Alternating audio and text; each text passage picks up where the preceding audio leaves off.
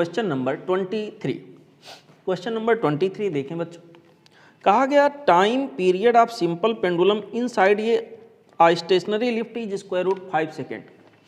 बच्चों कोई stationary lift है, उसके अंदर टाइम पीरियड सिंपल पेंडुलम का बाई फार्मूला आ जाएगा 2 पाई स्क्वायर रूट के अंदर L बाई जी ऐसे, और ये टाइम पीरियड हमको दे रखा है स्क्वायर रूट के अंदर 5 second. This is given here square root 5 second. Okay, हमसे फिर कह रहा है what will be the time period when the lift moves upward with an acceleration g by a. जब बच्चों वही लिफ्ट, ये लिफ्ट है, जब ये रुका हुआ था तो कंडीशन ऐसा था कि टाइम पीरियड उसके अंदर सिंपल पेंडुलम का कुछ ऐसा था, और बच्चों जब वही लिफ्ट यहाँ किसी एक्सीलरेशन से अपवर्ड डायरेक्शन में जाने लगेगा, वो भी दिया गया है g by 4। Okay, g by 4 acceleration से जा रहा है, तो बच्चों ऐसे पर्टिकुलर सिचुएशन में इफेक्टिव g की जो वैल्यू अब आ जाएगी वो यहाँ के अंदर बच्चों होएगा g प्लस ए। आपको बता चुके हैं इसके अंदर बच्चों सिंपल पेंडुलम टंगा हुआ है, और इस तरह से ये हो जाएगा g plus g by 4। That means ये हो जाएगा बेटा 5g बाई 4। ठीक, अब हमें यहाँ टाइम पीरियड नया वाला, इसके अंदर अगर लिफ्ट ऑसिलेट करेगा तो कौन से टाइम पीरियड से ऑसिलेट करेगा। पहले तो लिफ्ट जब स्टेशनरी है, ये लिफ्ट बच्चों जब रुके हुए कंडीशन में है तो टाइम पीरियड इतना है।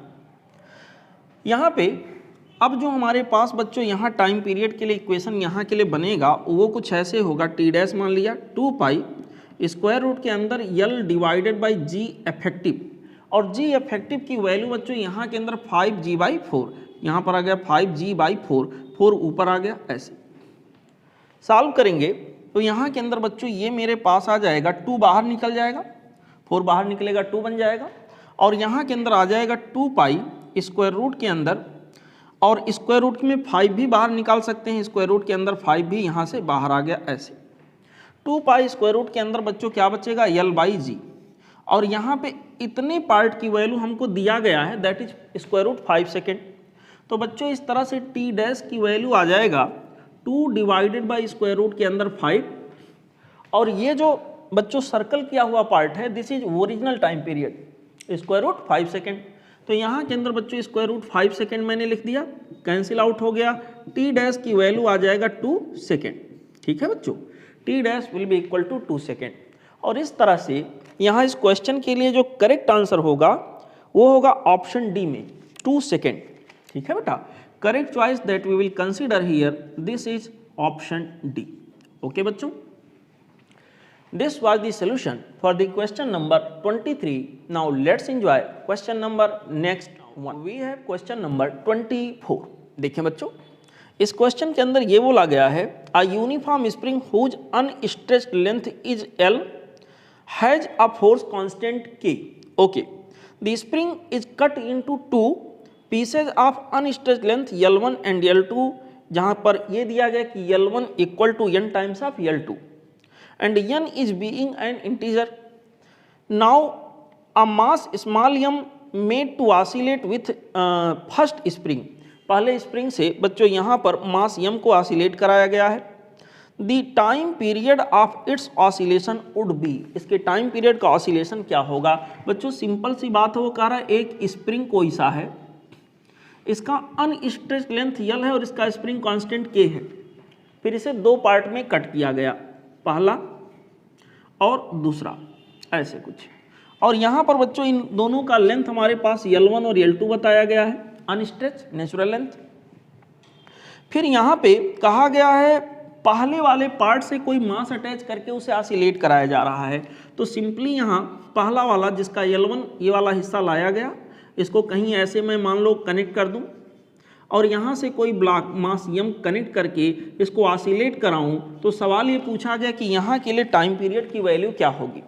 बेटा सब मिला जुला कर इसका लेंथ L1 था, मान लिया यहाँ पर इसका स्प्रिंग कांस्टेंट K1 है, यहाँ पर इसका लेंथ L2 है, मान लिया स्प्रिंग कांस्टेंट K2 है। जब इसका मैं टाइम पीरियड निकालूंगा तो मुझे पता करना होगा 2 पाई स्क्वायर रूट के अंदर यहाँ पर बच्चों आ जाएगा m डिवाइडेड बाई K1, क्योंकि ये वाला स्प्रिंग ये पहला वाला पार्ट है, तो इसका स्प्रिंग कांस्टेंट क्या है K1। अब K1 की वैल्यू हमें K के टर्म में अगर मिल जाए तो काम चल जाएगा। हमें पता है बच्चों किसी स्प्रिंग का स्प्रिंग कांस्टेंट उस स्प्रिंग के नेचुरल लेंथ के इन्वर्सली प्रोपोर्शनल होता है। और इस तरह से हम अगर देखें तो यहाँ के अंदर बच्चों K1 डिवाइडेड बाई K, इसका कंपैरिजन मैं यहाँ से कर रहा हूँ, this by this equal to हो जाएगा L अपान L1। यहाँ के अंदर हो गया बेटा L डिवाइडेड बाई L1, ऐसे उल्टा हो जाएगा रिवर्स।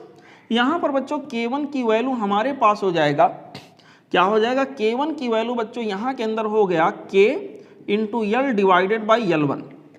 अब जो हमारा आंसर आ रहा है वो आंसर बच्चों यहाँ पर उसके अंदर L नहीं आना चाहिए, L को हटाना पड़ेगा कोई दिमाग लगाकर, यहाँ पर बच्चों L को हटाना पड़ेगा। तो यहाँ पर सब मिला जुला करके अगर हम यहाँ देखें, इनको दो हिस्सों में कट किया गया है और यहाँ पर जो रेशियो हमारे पास दिया गया है L1 और L2 का, वो ऐसे दिया गया है, एक रिलेशन बना के दिया उन्होंने, sir L1 equal to N times of क्या है L2। मेरे प्यारे बच्चों देखो, L1 प्लस L2 अगर जोड़ डालें तो फिर से बन जाएगा L, और L1 प्लस L2 के स्थान पर यहाँ से निकालें तो आ जाएगा L1 by N equal to क्या हो गया L, ऐसे। और इस तरह से बच्चों हमारे पास हो जाएगा L1 N plus 1 divided by N, this is L। और इस तरह से बच्चों हमारे पास क्या होगा, L1 will be here N times of L divided by N plus of 1, ये आ गया L1 की वैल्यू। बच्चों जो L1 की वैल्यू है अगर मैं यहाँ रख दूँ तो हमारे पास K1 क्या हो जाएगा, यहाँ देख लेते हैं। K1 विल बी नाउ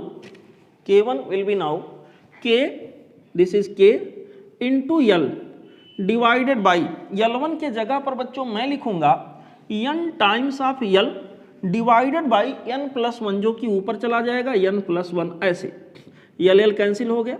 तो बच्चों K1 की वैल्यू यहाँ के अंदर हो जाएगा N plus 1 divided by N into K। K1 की ये वैल्यू लाकर मैं बच्चों यहाँ के अंदर रख देता हूँ, इसकी तो जरूरत भी नहीं पड़ी। K1 की ये वाली वैल्यू बच्चों लाकर मैं यहाँ पर रख देता हूँ।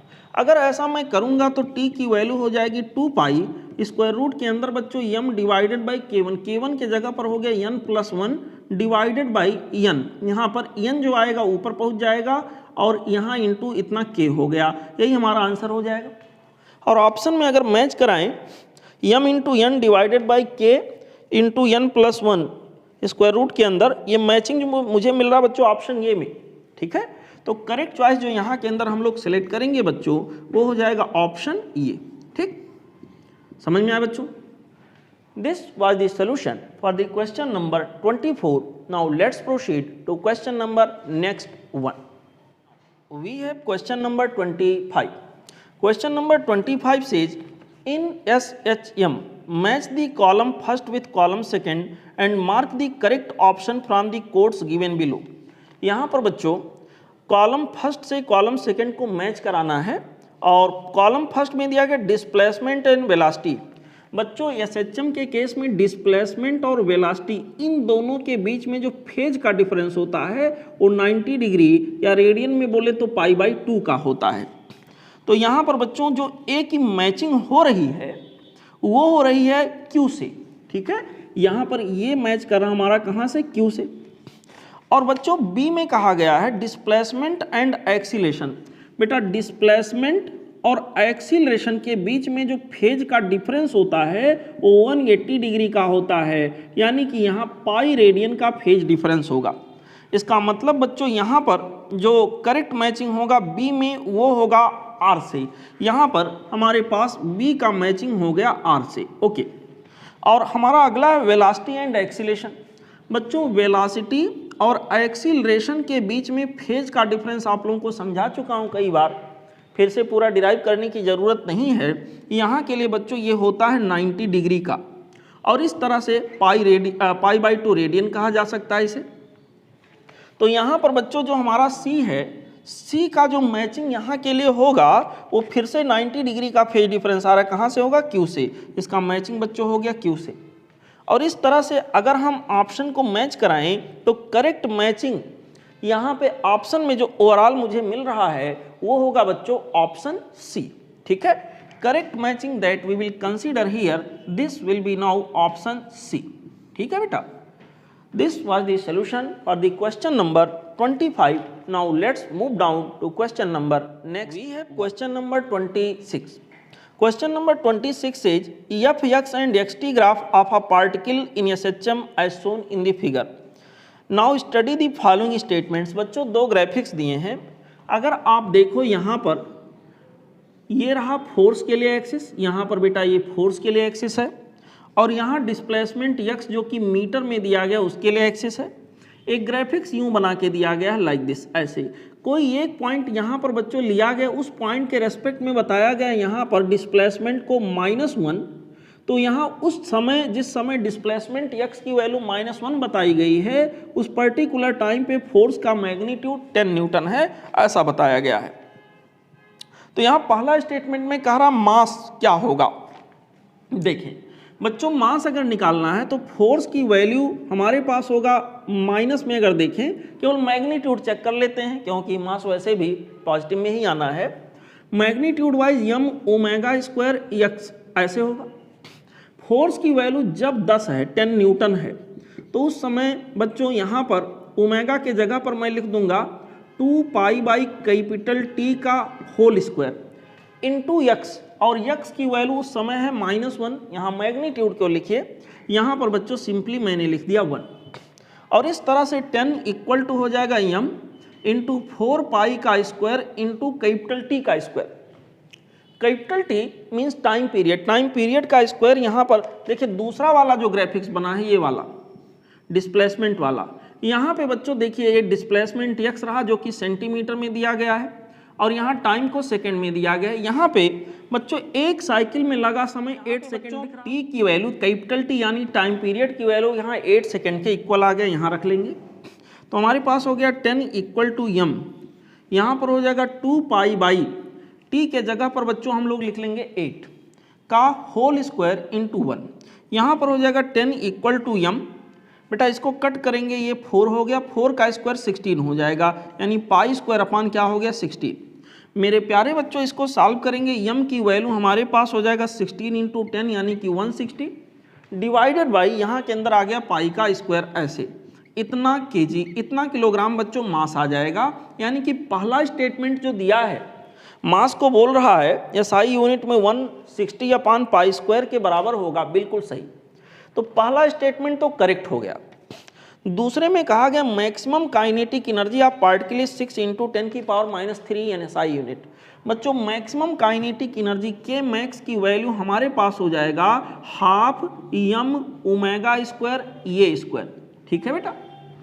यहाँ पर देखिए ये मेरे पास हो जाएगा हाफ टाइम्स ऑफ m, अभी m हम लोगों ने निकाला है 160 डिवाइडेड बाई पाई स्क्वायर, ये बच्चों हो गया 160 divided by pi square.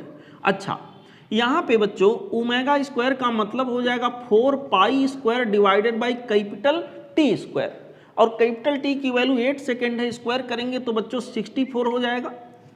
A square amplitude का स्क्वायर। मेरे प्यारे बच्चों यहाँ पर एम्पलीट्यूड की वैल्यू जो हमारे पास मिलेगी यहाँ इस क्वेश्चन के अंदर बच्चों दिख रहा है वो क्या होगा 4 सेंटीमीटर, ध्यान रहे 4 सेंटीमीटर। तो यहाँ पर हमारे पास ये हो गया 4 इंटू 10⁻⁻² मीटर का स्क्वायर, ऐसे। मेरे प्यारे बच्चों यहाँ पर इसको हम लोग सॉल्व करेंगे, पाई स्क्वायर ये कैंसिल हो गया।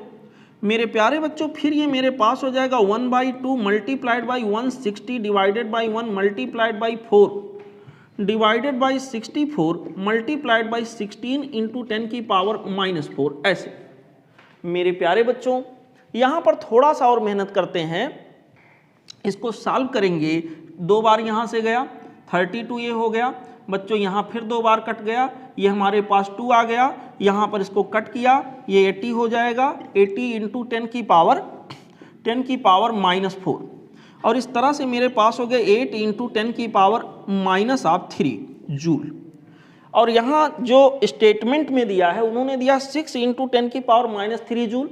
इट मीन्स यहाँ ये सेकेंड वाला स्टेटमेंट रॉन्ग होगा, इनकरेक्ट होगा।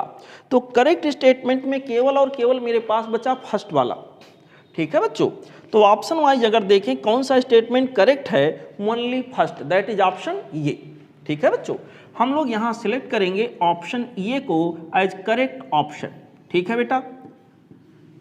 Okay, this was the solution for the question number 26. Now let's proceed to question number next. We have question number 27. Question number 27 says the time period of simple pendulum of length 9.8 meter is. That is quite simple. T equal to बच्चों यहाँ के अंदर हो जाएगा 2 pi square root के अंदर L by ji.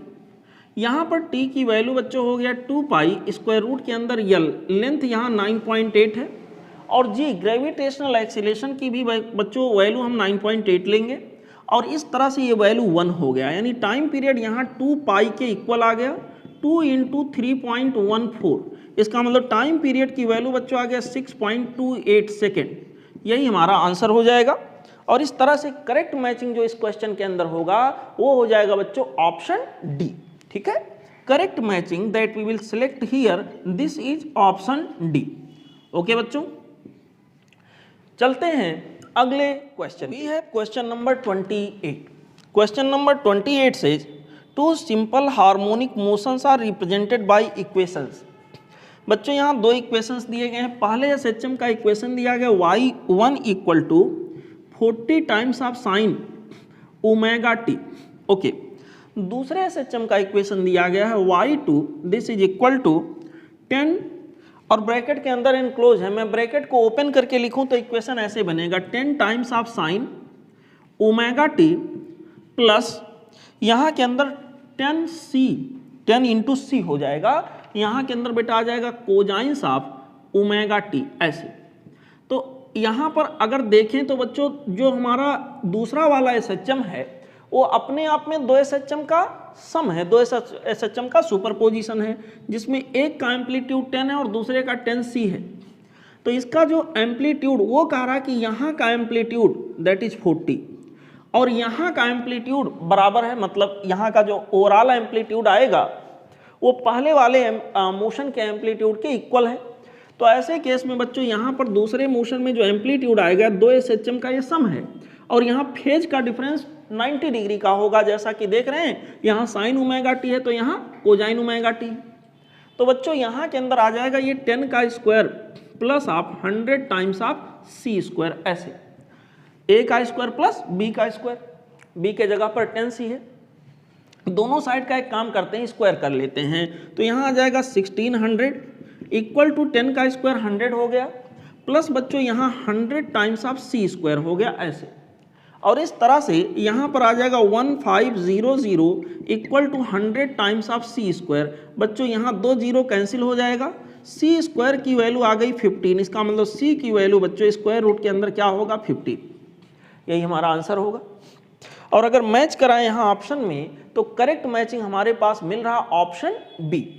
Correct matching in this particular question will be now option B. Okay बच्चों, ठीक है। Let's proceed down to question number next. Question number 29। Question number 29 says a particle is acted simultaneously by two mutually perpendicular simple harmonic motion x equal to a cos omega t and y equal to a sin omega t। बच्चों x equal to a cos omega t और दूसरा दिया y equal to a sin omega t। ध्यान दीजिए यहाँ पर बच्चों x और y, एक एसएचएम अगर x के अलॉन्ग है तो दूसरा y के अलॉन्ग है। ये कॉन्सेप्ट लिसाइजियस फिगर से है बच्चों। लिसाइजियस फिगर से अगर देखें तो इन दोनों, एक हमारा जो एसएचएम हो रहा है वो x के अलॉन्ग और दूसरा एसएचएम y के अलॉन्ग हो रहा है। एक साइन में दूसरा कॉस में, फेज का डिफरेंस यहाँ 90 डिग्री का है और दोनों का एम्पलीट्यूड बच्चों क्या है सेम है। ये इक्वल टू बी का केस है। ऐसे केस में जो लिसाइजियस फिगर बन रहा था आपको याद हो वो सर्क्यूलर हो रहा था बच्चों, जब दो एसएचएम एक दूसरे के परपेंडिकुलर हो रहे हों, दोनों का सुपरपोजिशन हो, दोनों एसएचएम के एम्पलीट्यूड सेम हो और फेज का डिफरेंस 90 डिग्री हो, तो ऐसे केस में लिसाइजियस फिगर सर्कुलर बन रहा था। और इस तरह से यहाँ पर ट्रेजेक्ट्री जो आएगी वो सर्किल होगी और ऑप्शन जो होगा वो होगा बच्चों ऑप्शन सी। यहाँ के लिए करेक्ट चॉइस जो हम लोग लेंगे बच्चों वो हो जाएगा option C. Okay, this was the solution for the question number 29. Now let's proceed to question number next one. We have question number 30.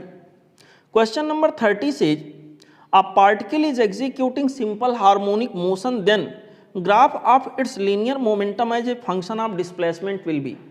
मेरे प्यारे बच्चों, यहाँ पर किसी पार्टिकल की वेलोसिटी जो कि एसएचएम कर रहा हो, बाई फार्मूला यहाँ के अंदर आता है ओमेगा स्क्वायर रूट के अंदर ये स्क्वायर माइनस एक्स स्क्वायर। हो सकता है इसका जवाब आपको डायरेक्ट मालूम हो क्योंकि बहुत पढ़ा है उसके बारे में।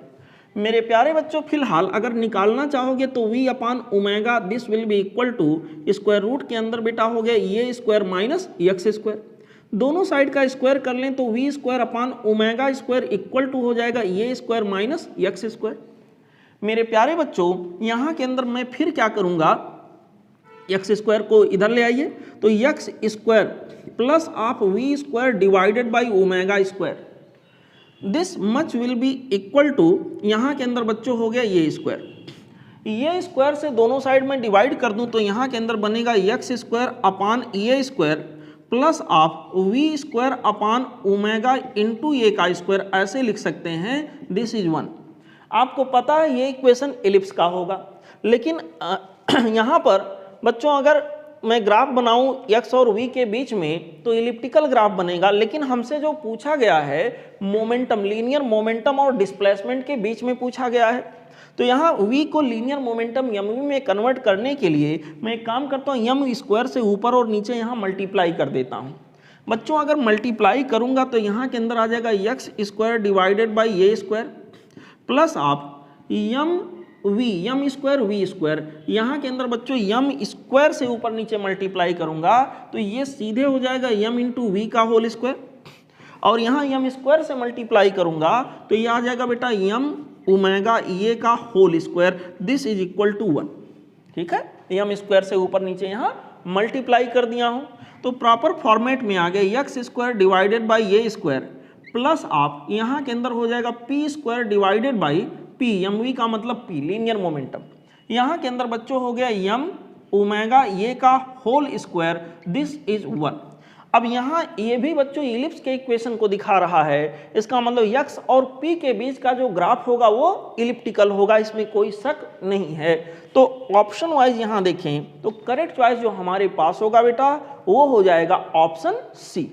यहाँ के लिए जो करेक्ट चॉइस हम लोग लेंगे बच्चों वो होगा ऑप्शन सी। ठीक, this is the solution for the question number 30. Now let's move down to question number next. We have question number 31. Question number 31 says given that cos theta equal to minus 12 upon 13. बच्चों cos theta की value दिया गया है minus of 12 upon 13। ऐसे हमसे कहा गया है थीटा लाई इन दी थर्ड क्वाड्रेंट। इसका मतलब यहाँ पे सिचुएशन हमारा कुछ ऐसे है, फर्स्ट क्वाड्रेंट ये रहा, सेकेंड ये रहा, थर्ड ये रहा। यहाँ थीटा थर्ड क्वाड्रेंट में लाई कर रहा है। यहाँ पे हमसे पूछा गया है कि सर आप ये बताइए अगर कॉस थीटा हमारा दिस है इतना माइनस 12 अपॉन 13, तो आप ये बताइए यहाँ के लिए साइन थीटा क्या होगा, साइन थीटा की वैल्यू बताना है।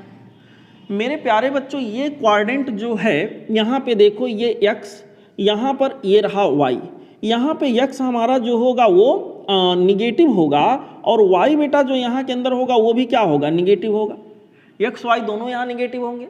तो ऐसे केस में जो साइन x का होता है वही साइन cos का होता है, और जो साइन y का होता है वही साइन बच्चों यहाँ पर साइन का होता है, sin साइन का होता है। तो यहाँ पे साइन थीटा अगर निकालें तो बाई फार्मूला आपको पता है sine theta plus cos square theta equal to 1, तो sine square theta equal to हो जाएगा 1 माइनस कॉस स्क्वायर थीटा, और यहाँ पे साइन थीटा की वैल्यू आ जाएगी स्क्वायर रूट के अंदर 1 माइनस कॉस स्क्वायर थीटा। ऐसे बेटा यहाँ पर हमारे पास आ जाएगा स्क्वायर रूट के अंदर 1 minus cos square theta. Cos theta की वैल्यू 12 अपॉन 13 है, स्क्वायर करेंगे तो 144 डिवाइडेड बाई 169 प्लस में आएगा ये स्क्वायर करने पर। और यहाँ पे बच्चों हमारे पास साइन थीटा की वैल्यू अगर निकालेंगे ऐसे तो हमारे पास कैलकुलेटेड वैल्यू जो आएगा फिलहाल 169 माइनस ऑफ 144 डिवाइडेड बाई 169, तो यहाँ के अंदर आ गया स्क्वायर रूट के अंदर 25 डिवाइडेड बाई 169, तो ये बच्चों आ जाएगा 5 अपॉन 13। साइन थीटा ये कैलकुलेट करने पर इसका वैल्यू मैग्नीट्यूड आ गया इतना, लेकिन क्योंकि ये जो थीटा जिसका नाम वो लिया है वो थर्ड क्वाड्रेंट में लाई कर रहा है, और थर्ड क्वाड्रेंट में बच्चों साइन हमारा निगेटिव होगा, और यहाँ कॉस की वैल्यू भी निगेटिव आएगी, क्योंकि यहाँ यक्स, ध्यान रहे जो यक्स की वैल्यू आती है वही कॉस की वैल्यू आती है, और जो वाई की वैल्यू होती है वही, जो वाई का साइन होता वही यहाँ पर साइन का साइन होता है। तो बच्चों साइन थीटा की वैल्यू हमारे पास यहाँ एक्चुअली जो आएगा वो यहाँ के अंदर आ जाएगा sine theta equal to minus of 5/13, minus of 5/13, यही आंसर होगा। माइनस क्यों लाया? अगर फर्स्ट क्वाड्रेंट में होता बच्चों तो वाई हमारा पॉजिटिव होता और साइन भी पॉजिटिव होगा, साइन थीटा पॉजिटिव आता। सेकेंड क्वाड्रेंट में होता तो यहाँ पर हमारा वाई पॉजिटिव है, इसलिए साइन की वैल्यू जो भी आती साइन थीटा की वैल्यू पॉजिटिव होती। थर्ड क्वाड्रेंट में पहुंचे तो वाई यहाँ निगेटिव आ गया, इसलिए बच्चों साइन थीटा की वैल्यू क्या आ जाएगी? निगेटिव। और ऑप्शन वाइज अगर देखें तो करेक्ट चॉइस जो यहाँ के लिए हमें दिख रहा है वो है बच्चों option A. Correct choice that we will consider here, this is option A. Okay बच्चों, ठीक है। This was the solution for the question number 31. Now let's proceed to question number next. We have question number 32. देखिए बच्चों, question number 32 में कहा गया evaluate the value sin -330 degree. यहाँ पर बच्चों साइन में दिया गया है -330 डिग्री की वैल्यू क्या होगी। बच्चों ये मेरे पास हो जाएगा sine minus theta equal to होता है माइनस साइन थीटा, ऐसे तो थीटा की जगह 330 डिग्री, ओके ऐसे आ गया। और साइन 330 को हम लिख सकते हैं बच्चों माइनस साइन थीटा, 330 को लिख सकते हैं 360 माइनस ऑफ 30, ठीक है ऐसे लिखा जा सकता है। और मैंने आपको बताया है बेटा कि अगर साइन या कॉस या टेन के आर्गुमेंट में ऐसा कहीं 360 डिग्री प्लस माइनस आता है तो 360 को आप 0 के इक्वेट कर देंगे तो कैलकुलेशन पे कोई फर्क नहीं पड़ेगा। यहाँ के अंदर ये हो जाएगा माइनस ऑफ साइन, ये हो जाएगा बच्चों -30 डिग्री, फिर से वही बात साइन माइनस थीटा फिर आ गया, sine minus theta equal to minus sine theta, इसका मतलब ये हो जाएगा एक माइनस पहले से था एक और आएगा तो प्लस हो जाएगा। यहाँ के अंदर साइन 30 डिग्री, इसका मतलब करेक्ट चॉइस जो हमारे पास आ गया वो आ गया 1/2, करेक्ट आंसर 1/2 आ गया। चॉइस वाइज देखें तो करेक्ट चॉइस यहाँ के लिए होगा बच्चों ऑप्शन डी, ठीक है। Correct choice that we will consider here, this is option D. Okay बच्चों, this was the solution for the question number 32. Now let's move down to question number next. We have question number 33. इसमें कहा गया differentiate the following function with respect to x and select the correct option. यहाँ के अंदर बच्चों एक function दिया है ऐसे y equal to x plus 2 multiplied by यहाँ के अंदर है बेटा एक्स स्क्वायर प्लस ऑफ 1, ऐसे हमसे कहा गया एक्स के रेस्पेक्ट में डिफरेंशिएट करिए और यहाँ वैल्यू जो है वो करेक्ट ऑप्शन सेलेक्ट करिए कि इसमें करेक्ट वैल्यू दिया गया है डिफरेंशिएशन का। बच्चों यहाँ अगर y को हम x के रेस्पेक्ट में डिफरेंशिएट करें d d x of y, यहाँ ये दो फंक्शन का मल्टीप्लीकेशन है f1 और f2 का, तो ऐसे केस में हमारे पास हो जाएगा पहला फंक्शन x प्लस 2 इंटू दूसरे फंक्शन का differentiation D d x of x square plus 1 plus यहाँ पे नियमानुसार होगा दूसरा function x square plus 1 into पहले फंक्शन का differentiation D d x of कितना हो गया एक्स प्लस 2। मेरे प्यारे बच्चों इसको जब मैं पूरा करूंगा कंप्लीट करूंगा तो यह आ जाएगा x plus of 2, x square plus 1 को डिफरेंशिएट करेंगे तो आ जाएगा 2x प्लस 0, यानी कि बच्चों यहाँ पर आ गया 2x और यहाँ के अंदर बच्चों ये हो जाएगा एक्स स्क्वायर प्लस 1, एक्स का एक्स के रेस्पेक्ट में डिफरेंशिएशन हो गया 1, 2 का हो गया 0, ठीक है।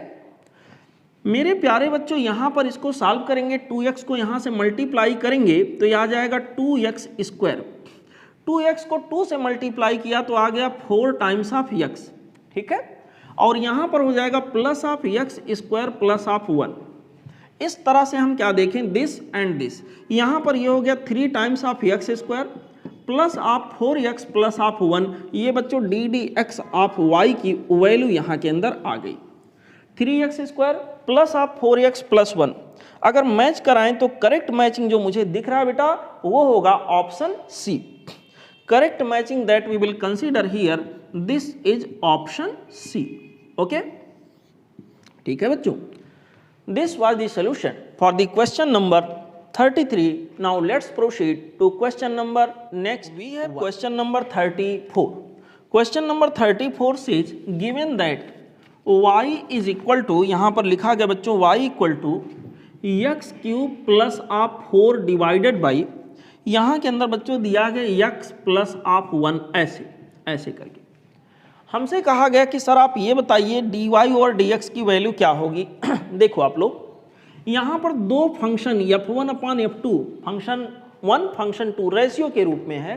तो ऐसे केस में बच्चों डिफरेंशिएशन करने का जो तरीका होता है वो कुछ ऐसे होता है, dy over dx equal to होगा x प्लस 1, यहाँ दिस मच इंटू जो डिनोमिनेटर है उसका डिफरेंशिएशन dx आप हो जाएगा x क्यूब प्लस आप 4 माइनस यहाँ साइन लगेगा, उल्टा इसी को करेंगे बच्चों. यहाँ पर x क्यूब प्लस आप 4 this whole much is multiplied by dx आप x प्लस आप 1.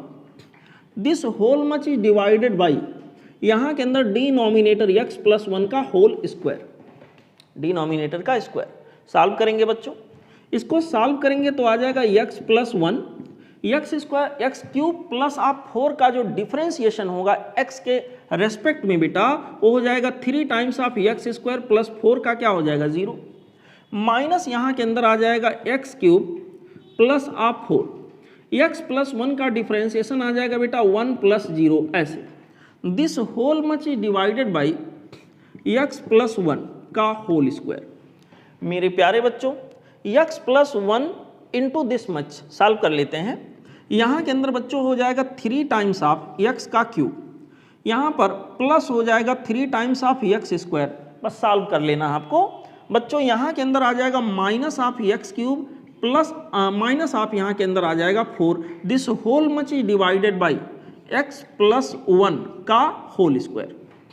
क्या बना बच्चों, यहाँ पर आ गया बच्चों 3 times of x cube, 3 times नहीं 2 टाइम्स ऑफ एक्स क्यूब हो जाएगा क्योंकि एक एक्स क्यूब यहाँ माइनस हो जाएगा. यहाँ के अंदर हो जाएगा 2x cube 3x square plus आप 3 times of x square minus आप 4 डिवाइडेड बाई एक्स प्लस 1 का होल स्क्वायर. अगर बच्चों मैं करेक्ट मैचिंग यहाँ के लिए जाके कराता हूँ तो करेक्ट मैचिंग जो हमें मिलेगा 2x cube plus 3 times of x square minus of 4 divided by x plus 1 का whole square, option B. Correct matching बच्चों जो यहाँ के लिए हमारा मिला वो हो गया option B. Okay, this is the solution for the question number 34. Now let's proceed to question number next 1.